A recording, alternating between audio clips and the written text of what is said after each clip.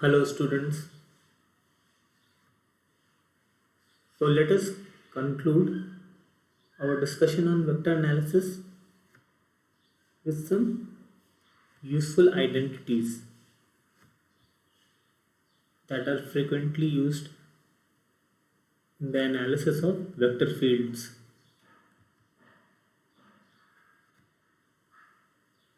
Let us discuss two null identities. The identity 1 states that the curl of a gradient of any scalar field is 0, given by the curl of the gradient of v. Let's say v is some function of xyz, scalar point function.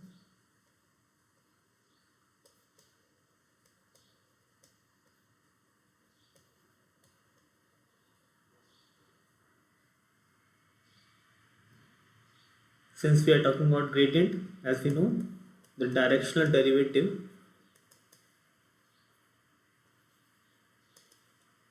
for any scalar field is given by the change in the value of the scalar function with respect to the longitudinal change.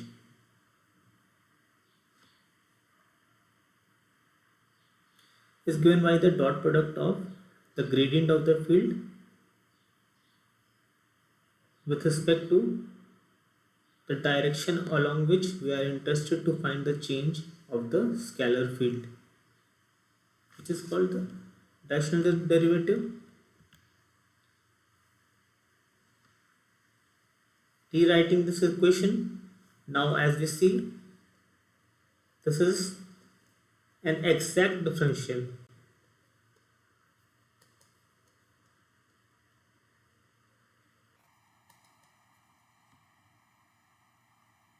Then suppose we have got 2 points 1 and 2.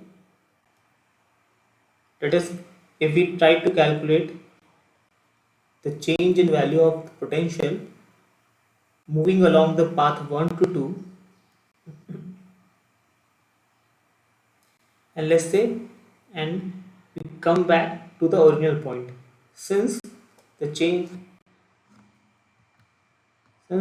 in the potential is 0, since v is a scalar point function, and let's say the value is fx1, y1, z1, we are coming back to the same point, that is why dv must be 0. Since the change in 0, then correspondingly the line integral of the gradient to this function will also go 0, and applying Stokes theorem, then Stokes theorem converts the line integral to the surface integral, which will again go equate to 0, and identically we can write the curl of the gradient is 0.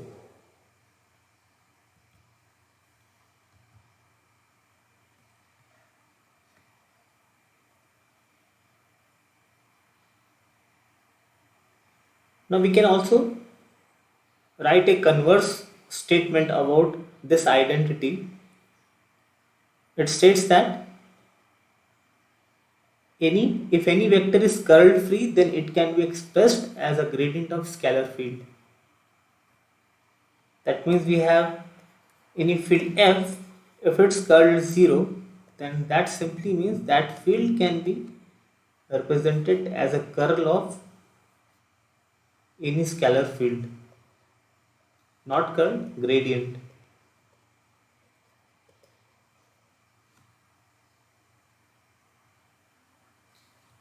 We can see one example here. If the field, according to Maxwell's third equation,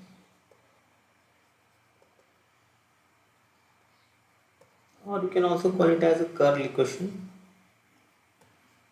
since we are dealing with curl, the curl of electric field is given by the time rate of change of the magnetic field. Now, if the field is static, then this function must go 0 because we are talking about static electric fields.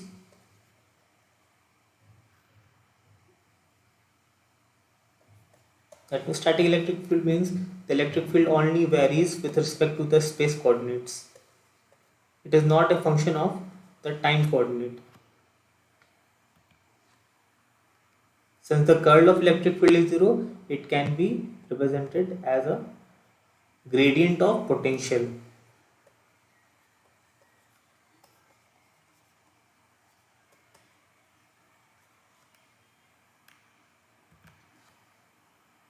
Negative sign is purely conventional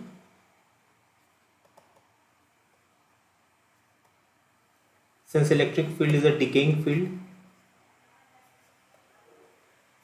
and it decays as the radius tends to infinity, and that is why negative sign here. So it's a negative sign is purely conventional thing. Let's not talk about it right now.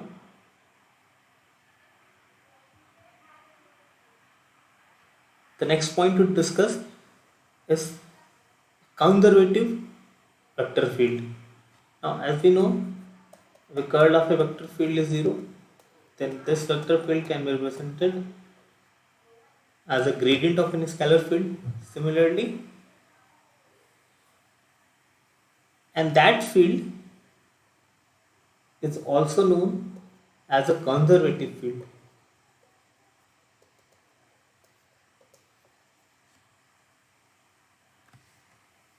Let's see what are the properties of a conservative field. Once again, let us recall the equation of the directional derivative, and once again rewriting it in terms of exact differential. Now let us, if we want to find the change, let's say this is V, this point is, the potential at this point is VA, at this point is VB. If we are interested in finding the line integral, then the line integral will be simply, since this is an exact differential, it will simply be the difference of potential between the 2 points. It is independent of path. We can prove it by taking another path, by calculating the line integral of the gradient of the field with path L2. It again comes the difference between the potential of points. dV is an exact differential, that is why we are getting the same value as we traverse from either of the path. Let's say there is a third path as well, or another path L3, L4. In all the cases, the line integral of the gradient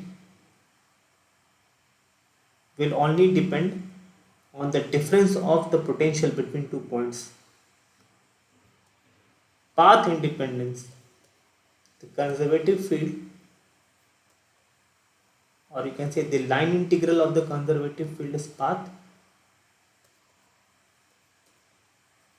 independent.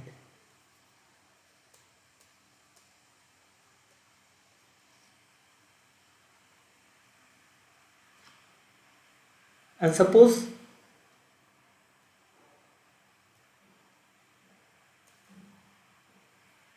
you take a closed integral, line integral, then what will happen? Since the line integral is dependent on the difference between 2 points, since we are coming back to the same point, then VA minus VA will go 0.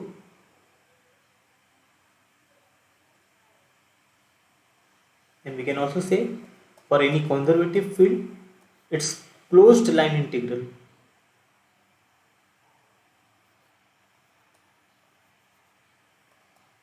is 0. And this is nothing but the case of the Kirchhoff's voltage law in electric circuits.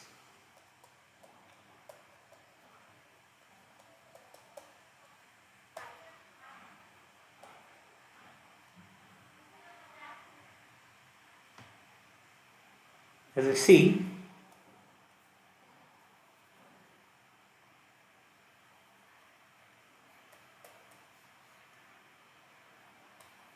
we can apply KVL here across this mesh, and we know the total sum of the drops across this mesh is 0. We can say that this is integral form of KVL, the Kirchhoff's voltage law.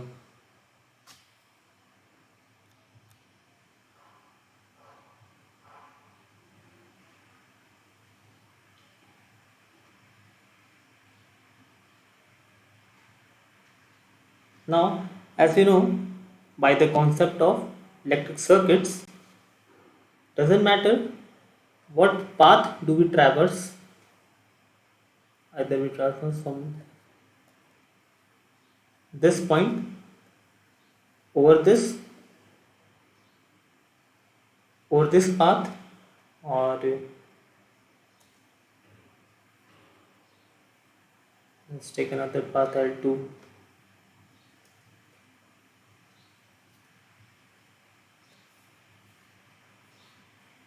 L3. In all the cases, the difference of potential is always the same. Then we can say the electric field is a conservative field.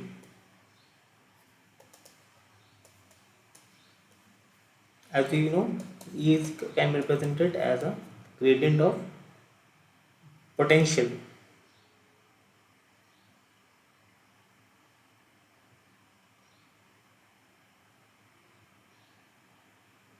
This is an example of the theory of path independence.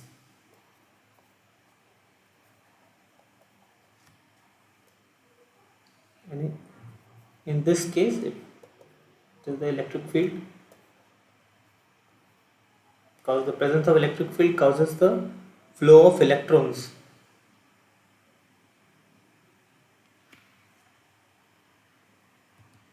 Moving on, let's take an example to prove the theory of path independence. What is the theory of path independence? Any vector field, if it can be represented as a gradient of scalar field, then that field is conservative.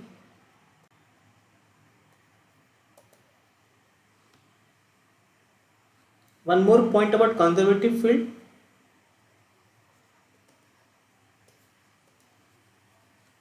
Is that suppose f is a gradient of scalar, then we know that from the identity 1, the curl of a gradient is 0, and f is a gradient of scalar, del cross f is 0. That means this is an irrotational field.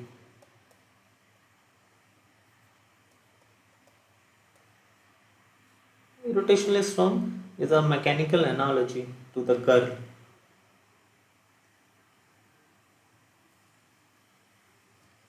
In this question, a scalar point function is given by t, x square plus 4xy plus 2y square. And we are interested to calculate the line integral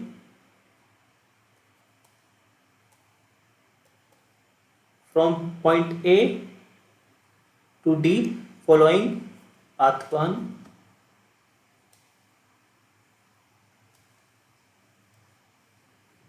path 2, and similarly this parabolic path. This point is A, this point is T, similarly this point is A. Because for a conservative field, the line integral of the gradient is path independent. This is all we have to prove here. That means the value of the line integral in all three cases must be same. First we calculate the gradient of the field, and then we will calculate the line integral across for each of the three paths. Let's start from A. Let's divide this integral from A to D. We have to calculate the line integral into three paths. Let us divide A to B, B to C, and C to D. Three paths. For path 1, that is A to B, this is on the x-axis, that is why we can put y is equal to 0. We can put y is equal to 0 here.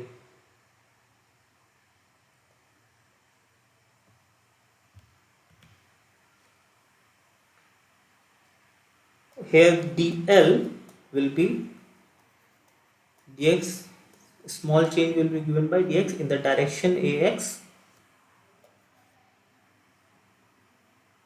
Then ax will do dot with ax only, rest will go to 0, and we will put y is equal to 0, and on simple integration we will obtain 1 here. Similarly for I2, this is the path from 0 to 1, y dl will be dy in the ay direction.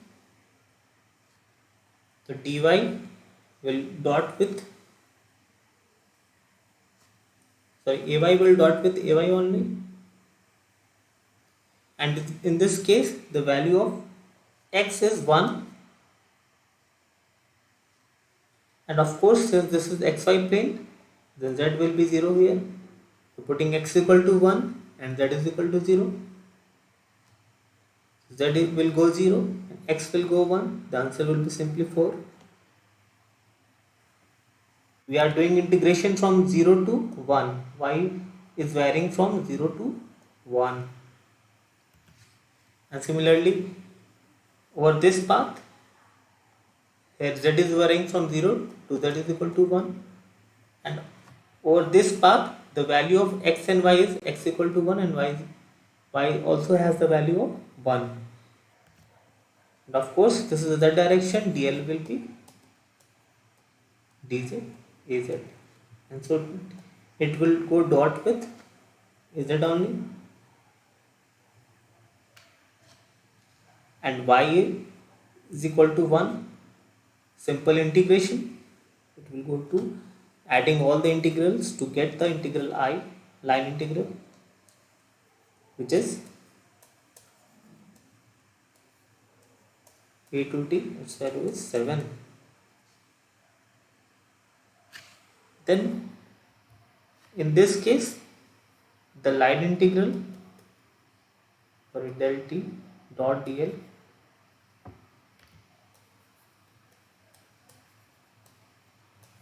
line integral from a to d is 7. Because we are for proving the theory of path independence, then this integral must have same value 7, here also 7, in all these two cases as well.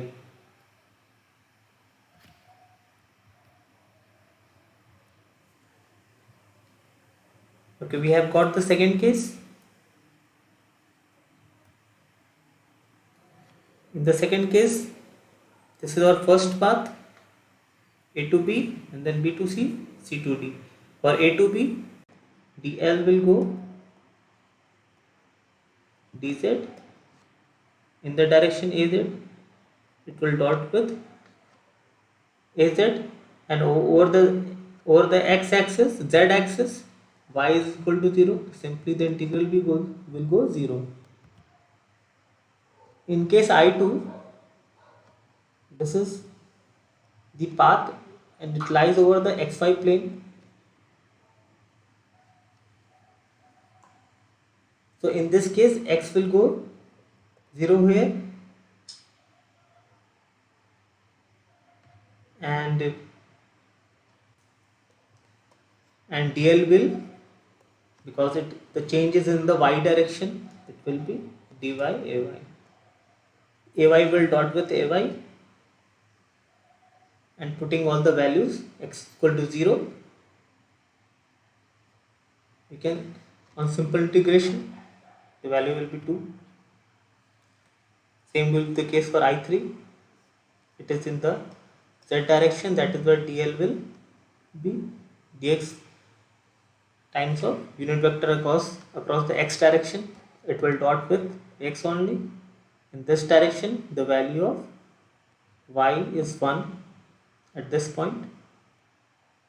Putting the value of y equal to 1, and on simple integration, we will obtain y is equal to, the integral I3 is equal to 5.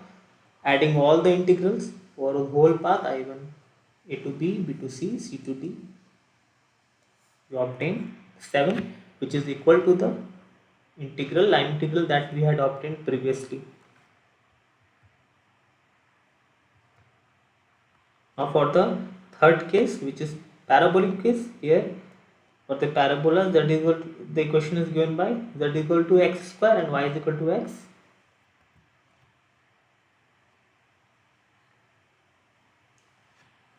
Here dl, we have to generalize dl because the differential length is changing in all the direction, ax, ay, az. That is why we have to write a three-dimensional equation. This is dl. Now applying this,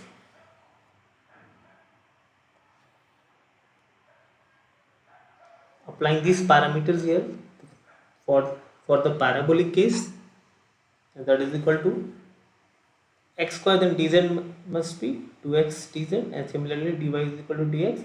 Then for dy as well as dz, put these value and write the whole integral in terms of x, and finally doing the simple integration, we obtain the value 7. Hence we saw that in all the three cases, the value of the line integral is the same. Hence the theory of path independence is proved for a conservative field.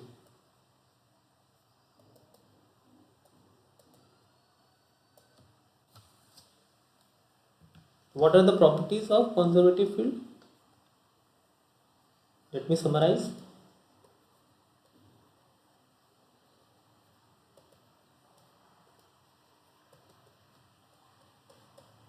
It can be represented as a gradient of scalar.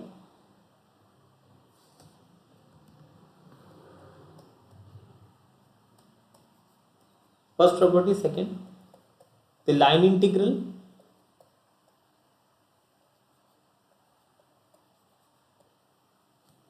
is path independent.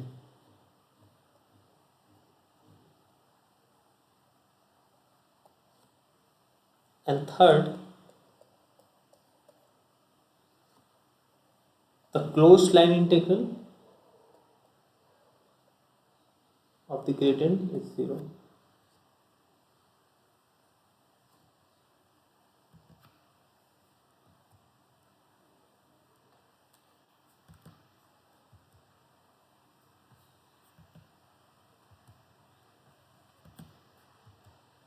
Moving on to the second identity, which states that the divergence of curl is 0. Our identity one was the curl of gradient equals to 0. But here the divergence of curl is 0. That means the divergence of curl is 0. Let's see. As we have already discussed, the total circulation of any vector field over closed surface is 0. We saw this case when we were dealing with the Stokes theorem. We saw, suppose this is an open surface and we just close this surface. For this closed surface,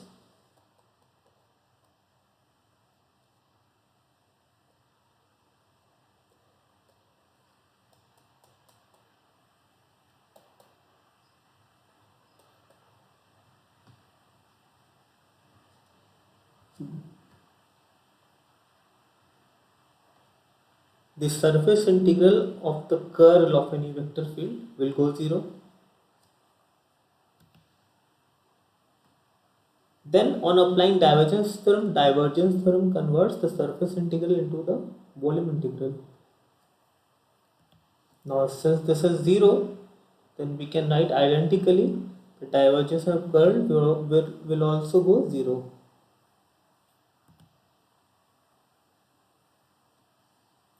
We can make a converse statement about this. It says that if any vector field is divergenceless, then it can be expressed as curl of another field. For example, as we know by Maxwell's fourth equation, the divergence of magnetic field is 0. What does that mean? As we know, let's say this is a bar magnet.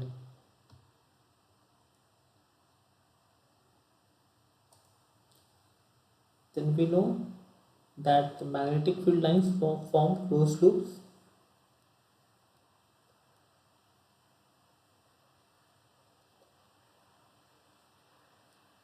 Okay. Now when we discussed about the concept of divergence, what we saw that suppose a charge is present or some source is present, then magnetic field lines will diverge.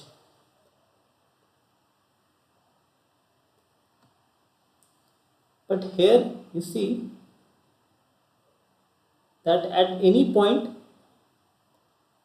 no divergence is observed. It forms a closed loop very smoothly.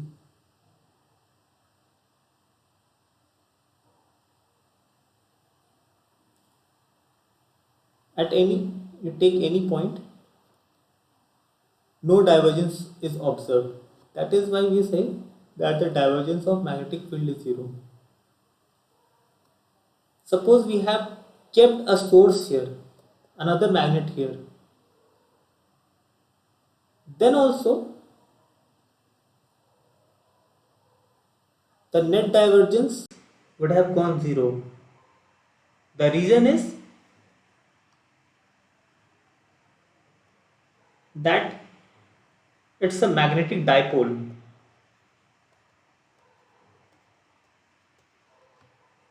In other words, we can say that magnetic monopoles do not exist.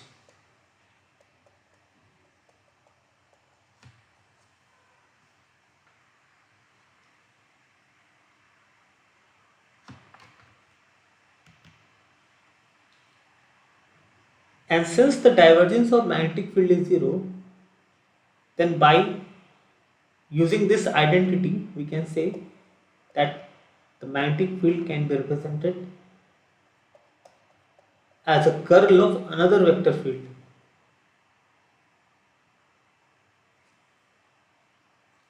And this is also called magnetic vector potential.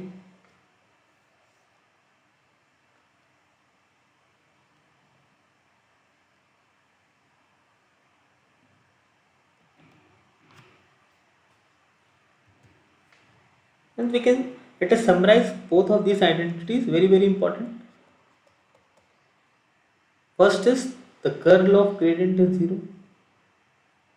The curl of a gradient is 0, and the converse statement we can make: if any vector field is curl free,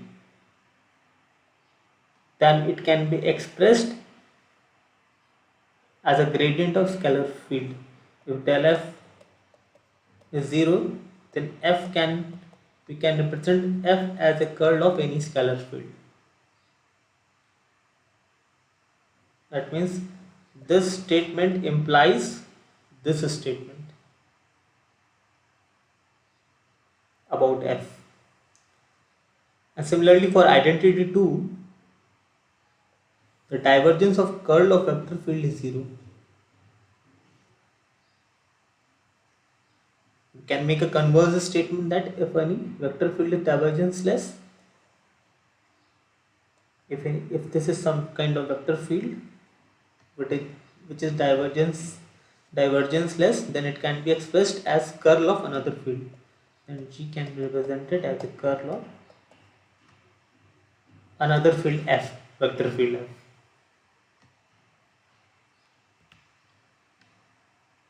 Moving on, next topic to discuss is the Helmholtz theorem. Now, according to this theorem, any decaying field, when we say decaying field, let us take an example. Electric field is given by 1 by 4 pi epsilon naught q by r square. With increase in r, as r increases, electric field goes down. That means it is a decaying field.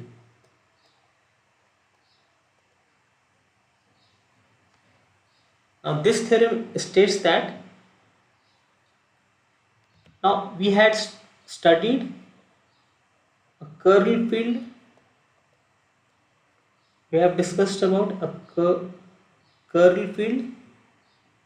That means for any vector field, if its curl is non-zero, and a gradient field separately. Now there are some fields which have both curl as well as gradient.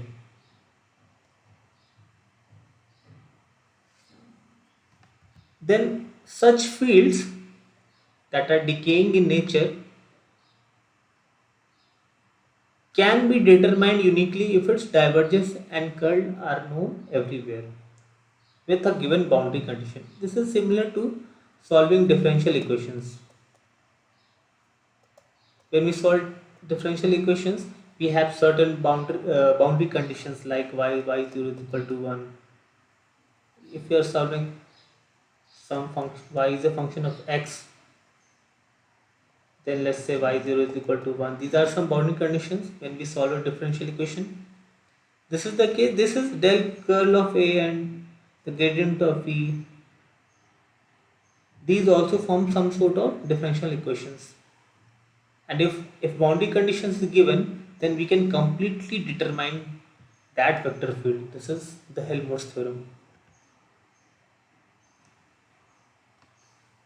This is another way of saying that we can solve any vector field if some boundary condition is specified. If its divergence, if we know the equation or the function of the curl and the divergence of the field, if it is known everywhere, then we can completely determine this vector field F.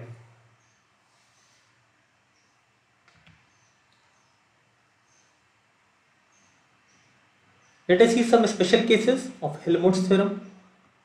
So this vector can be both solenoidal and irrotational. Now, if the divergence of any field is zero, then it is called a solenoidal field.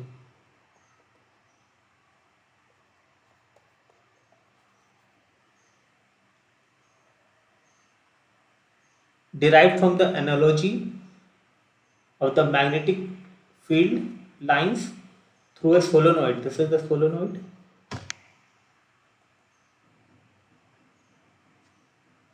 Then we know these are the vector field lines, magnetic field lines.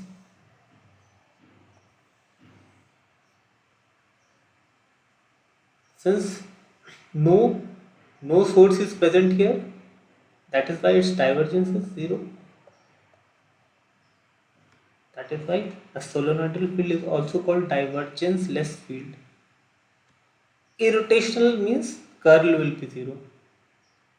Example is static electric field in a charge-free region. As we know from Maxwell's first equation, the Gauss law, del dot D is equal to rho V. Rho is the charge density. Then since this is divergence-less, then rho V must be zero. The rho V means zero means this is a charge-free region. And we also know the curl of electric field is zero in a static case, when E is not a function of time. Second is the case solenoidal anti-rotational. Solenoidal again divergenceless, and rotational means curl will be non-zero. This will be a static magnetic field in a current carrying conductor.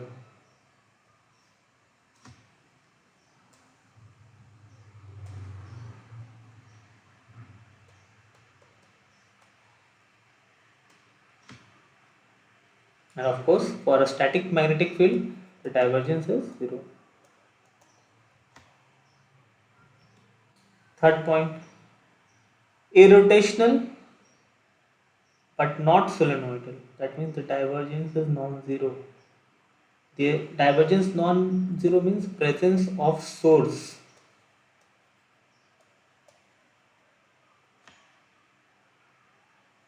but irrotational. Then presence of source, then divergence can be non-zero, del dot T equals to rho v.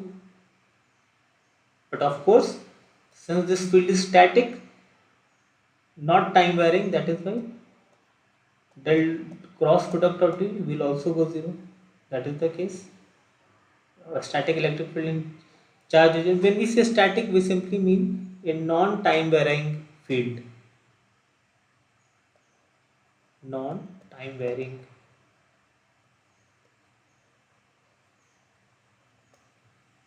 Last case, neither solenoidal nor rotational. Neither solenoidal means non-divergence less. That is why del dot f equal to zero, and there is also a curl. Curl is present. Then this is the case of an electric field in a charged medium with time varying magnetic field. So this is the combination of two Maxwell's equations. First one is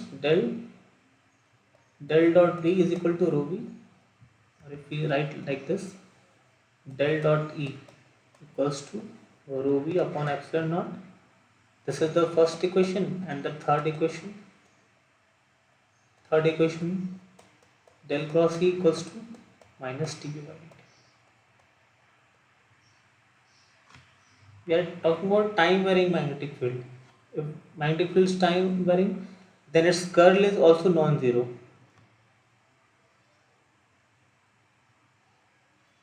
That means this is, in that case, the electric field is neither solenoidal non-rotational.